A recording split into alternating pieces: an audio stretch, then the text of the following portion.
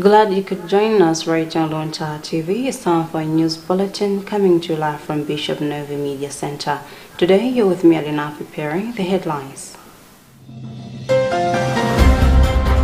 Pope Francis reminds Canada's Jesuits that miracles can happen when church is united.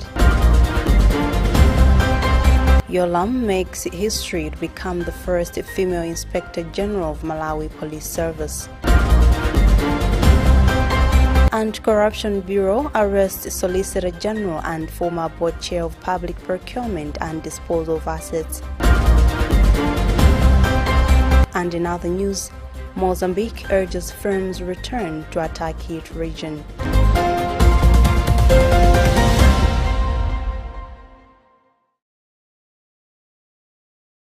We have reports to these and other latest stories. Do stay tuned in.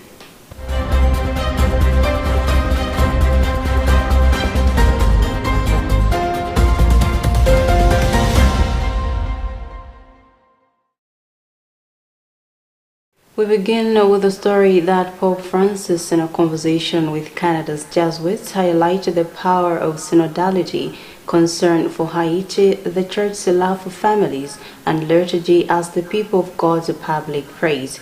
The Holy Father said the Synod does not refer to a political meeting nor a committee for a parliamentary decision, but rather he underscored it is the expression of the Church where the protagonist is the Holy Spirit. We have a Vatican News report.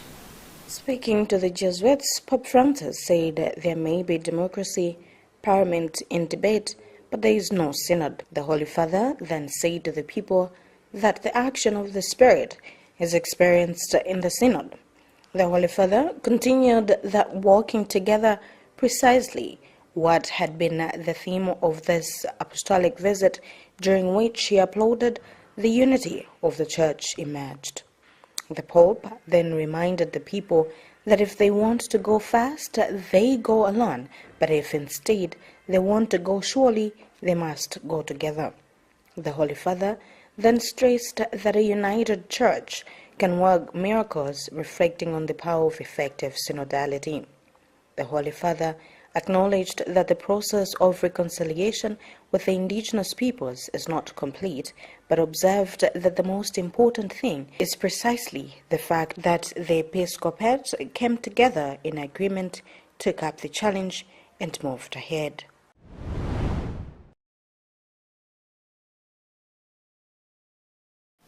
The St. Montfort missionaries have pleaded with parents to raise their children in a prayerful life so that they may choose to serve the Lord. This has been said on Thursday at St. Anastasio Mchini Parish in Chipata Diocese, where Brother Wilson Masao Sotembo of the congregation was making his final vows. Bishop Emeritus Alessandro Pagani made the call looking at how children are being left free without being motivated to join such a life in serving the Lord, hence the need for more parents to dwell much on shaping minds of their children towards answering God's call. Bernard Mwanza reports from Zambia. Speaking when Brother Wilson Masao Sotembo of the St. Montfort Missionaries made his final vows ahead of diaconate ordination on Saturday, Bishop Emeritus of Mangoch Diocese, Right Reverend Alessandro Pagani, said family is a domestic church where everyone should be taught more on spiritual matters to choose where to serve God better.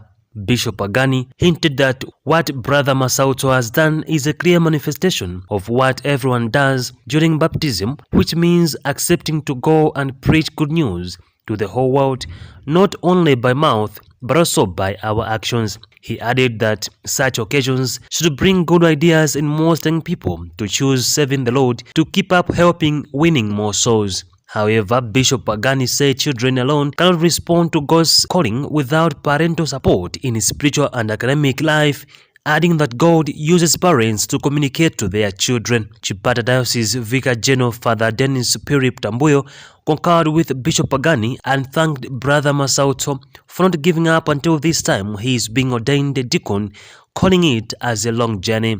On his part, Father David Nwagaba, who spoke on behalf of the Montfort Missionaries Superior General, encouraged Brother Masauto to be exemplary to other young people who may wish to follow his footsteps and join the good cause. The diaconate ordination will be done together with ordination to priesthood of 6 other deacons belonging to St. Montfort Missionaries and the other one of White Fathers. The ceremony will be held at St. Anne's Cathedral in the Diocese of Chipata, Zambia. For Luntha News in Chipata, Zambia, I am Bernard Mwanza.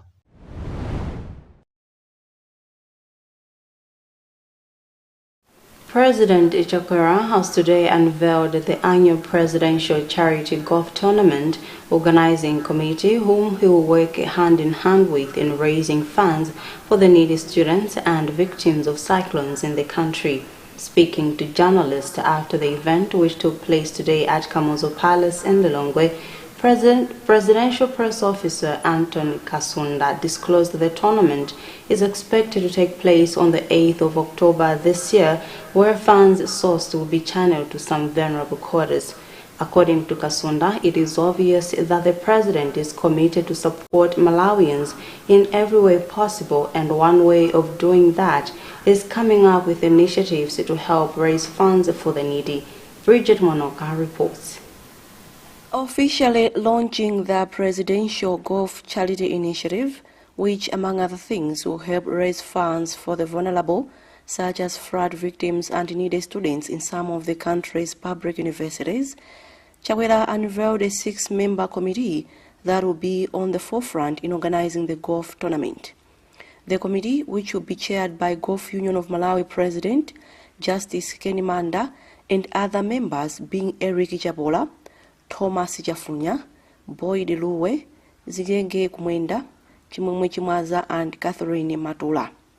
In an interview with journalists, Presidential Press Secretary Anthony Kasunda said the first tournament is scheduled to take place at Lilongwe Golf Club on the 8th of October this year, and President Chakwera will partake in the tournament. Realizing that there are a lot of vulnerable people out there, and indeed that the office of the President receives numerous requests for support, it feels bad on the part of the President that sometimes he cannot reach out to help those that have forwarded those requests.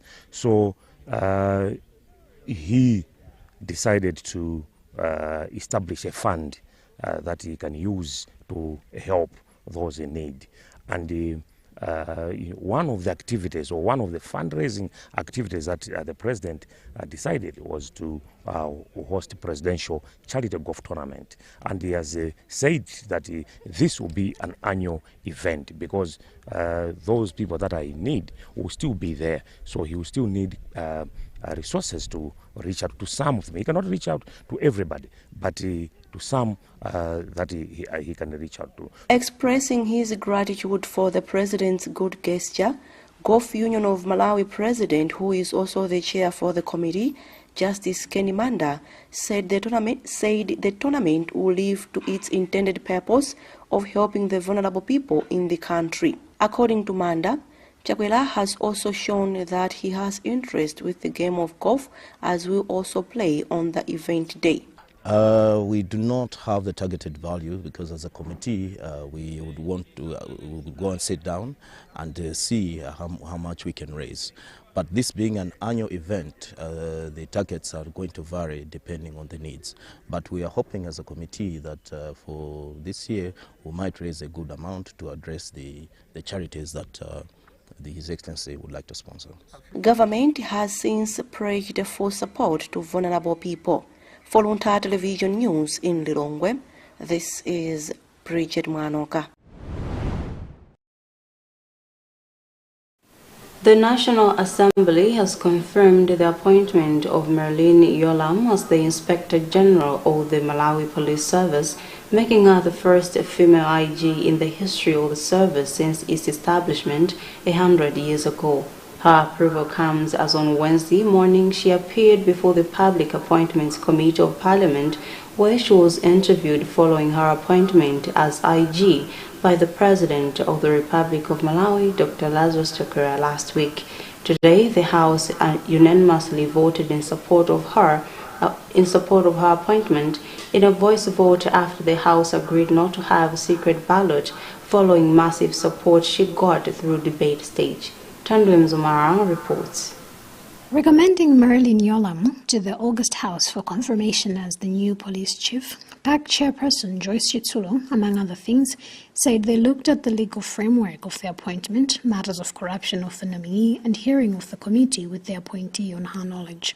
She said they established that she has no indiscipline record and that they were convinced with the appointee's responses on nepotism allegations at police, corruption fight, work ethics, and relationship between police and the general public. Seen, an article in the daily, one of the daily papers, we said, no, we can't just ignore these allegations. Let's consult Anti-Corruption Bureau so that we get a right person on the right position. Expressing support for Yolamu, UDF's Lillian Patel expressed the party's hope that she will put much effort in working on corruption scandals implicating the police service.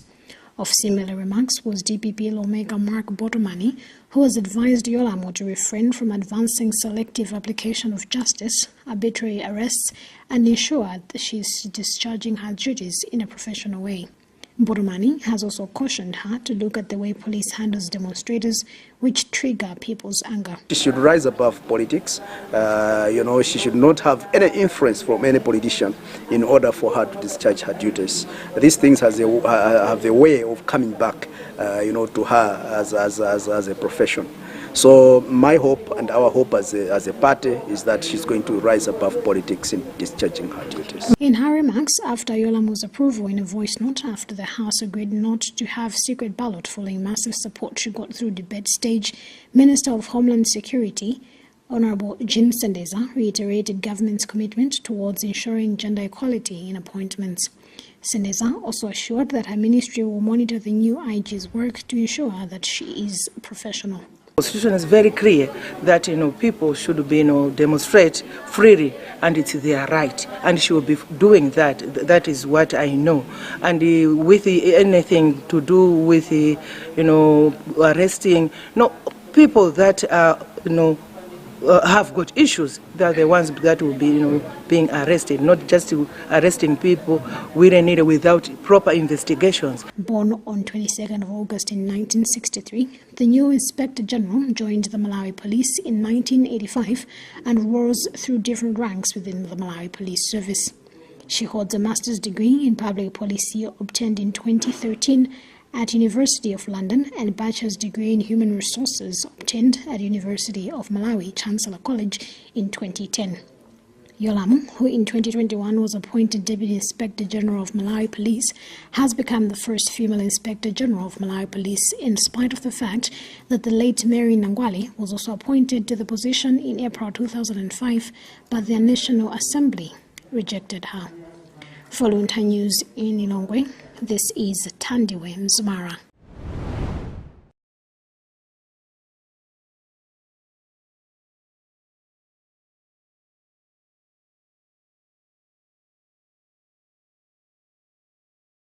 If you've just joined us, you're watching news on Luntha TV. A look at the headlines before we proceed.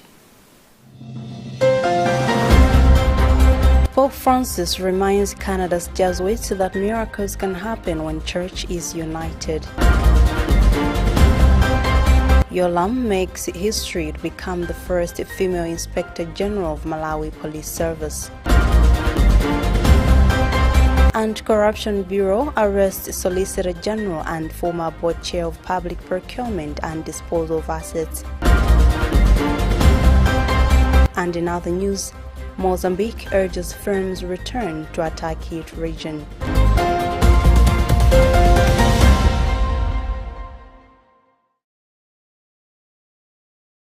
Moving on, the Anti-Corruption Bureau ACB has arrested former Solicitor General and the Principal Secretary in the Ministry of Justice Reinek Matemba and John Susbanda, who is the former board chairperson for the Public Procurement and Disposal of Assets PPDA Authority, respectively, for receiving advantage from Zoneth Sata, Managing Director of Javier Limited.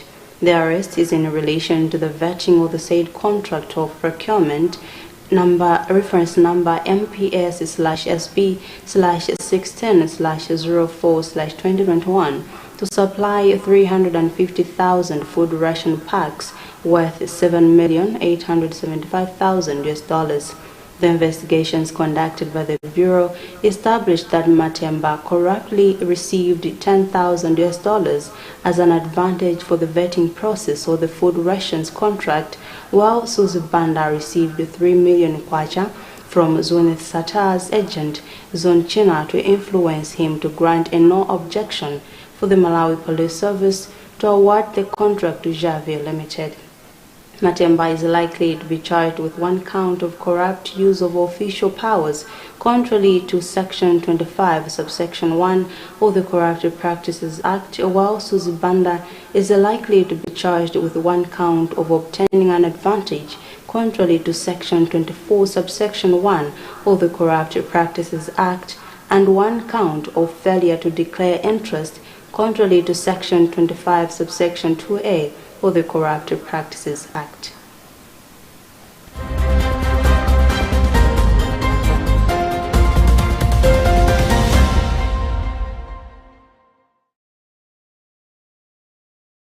The Civil Society Agriculture Network has noted that implementation and budget issues are some of the things affecting the results of many policies in the country, including the National Agriculture Policy Number 16. Speaking during an engagement meeting with members of Parliament and the Parliamentary Committee of Agriculture, CISANET's chairperson Helbert Chagona said there are a number of things to be considered, especially on the parliamentarians' part, to make sure that the new NAP, which is under development, satisfies its purpose.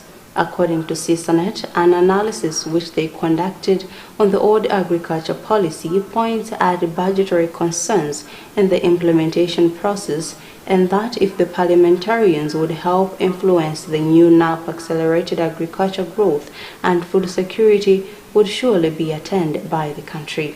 We have a report by Jacqueline Saidi. CISANET engaged members of Parliament in the Parliamentary Committee of Agriculture to come up with ways in which they can both help to improve in the new National Agriculture Policy under development for better results. On the network's expectations from the parliamentarians, CISANET's chair, Hilbert Chagona, said they would like the members to be able to participate in resource mobilization, looking at how implementation of national agriculture policy, just like any other policy, has not really been successful due to budgetary concerns. I think we've seen that there are so many gaps which were not implemented. Our challenge as a country, we've seen we have a challenge of implementation. We have good policies, but implementation is bad. And resource mobilization is another area which is very bad. So these are take-home areas which we've told the members of Parliament to look into when they'll be looking into the issues of the budget. And for the NAP, National Agriculture Policy, we're saying I think it shouldn't take 5 years to review that. We should be doing that on an annual basis. That's very important, other than just waiting for 5 years. In his remarks, Vice Chair for the Parliamentary Committee on Agriculture, Honorable Olemuchila Pondwa MP, said they are grateful that CISANET organized such an engagement, looking at the issue that the said National Agriculture Policy has outlived its time without any notable significances in its implementation. Honorable Pondwa said that through this meeting, they now have ideas on the shortfalls that faced the previous NAP and have understanding on what can be done to improve on in the coming agriculture policy. As members of Parliament, we've seen the gaps that are there. We've seen areas where the previous one failed, and we have seen areas where we can improve during the one that we are about to launch. So it has been like an eye-opener for us to see where we did not do well and where we can improve so that we do well as far as implementing or coming up with another National Agriculture Policy. The National Agriculture Policy 16 was developed to guide agriculture from 2016 to 2020. From the engagement, It has been noted that the country needs to change its mechanisms in its farming activities. The network has said handhold still remains the main way, as the agriculture budget did not focus much on mechanization, with less than 1% allocated to it, which can't really help in mechanizing the fragmented smallholder subsistence farming. The strategies outlined in the Agriculture Policy 2016 were also aimed at increasing crop production by 100%. For Luntha Television News in Lilongwe, this is Jacqueline Saidi. Secondary school head teachers and their deputies in Jewood district have been challenged to help Malawi blood transfusion services in saving lives by encouraging students to donate more blood. The request was made during an orientation that MBTS Balaka Depot organized for teachers in the district. The main aim of the orientation was to empower the teachers to be blood donor recruiters. Rashida Matandika has details in this report. To ensure that blood is available in all public hospitals, Malawi blood transfusion relies on voluntary blood donors. Knowing that most donors are students, MBTS has oriented secondary school teachers on the importance of donating blood so as to empower them with knowledge that will encourage them to help students understand the role they take when donating blood. During the meeting, the teachers were taken through the process of blood donation to the point where a patient receives the blood after making sure of its safety and compatibility, a process that usually takes 4 hours since the blood has been donated. MBTS head of depot for Balaka, Edith Chimpamba, said the recruiter's role is to emphasize on the need for blood donation to students. Their main aim is just to emphasize the information we give donors during motivation. So when we go to motivate blood donors, behind the donors, we left them with a lot of concerns and questions, of which maybe sometimes even the patrons, they call us to ask.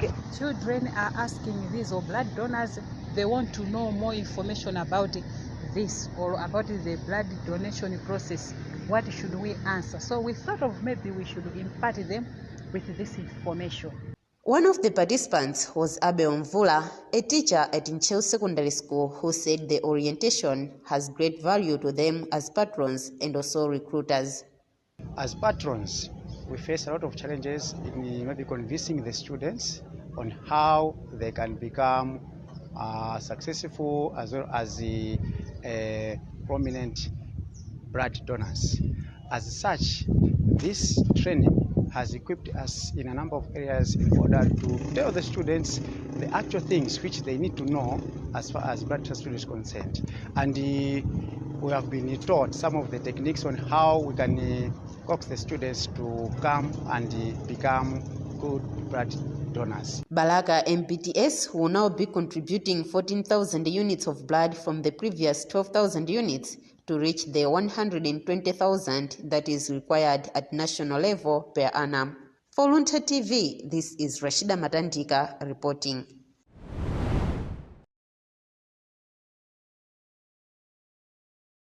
In other news, Mozambican President Felipe Nyusi has encouraged the private companies to resume operations in Palma in Cabo Delgado province, where activities have been paralyzed since March last year following jihadist attacks.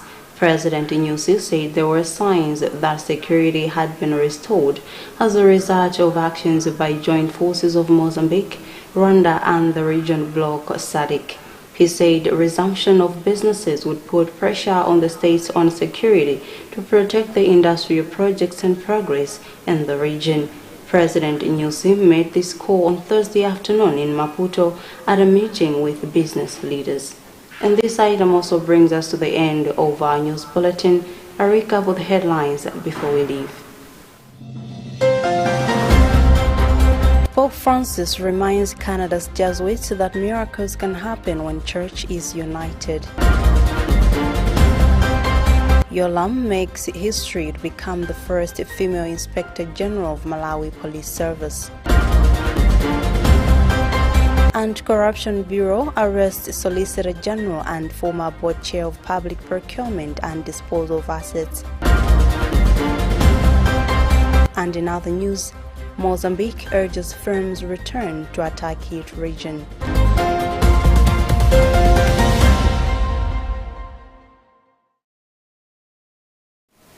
You were with me, Luntha Perry. Thanks for watching. Goodbye for now.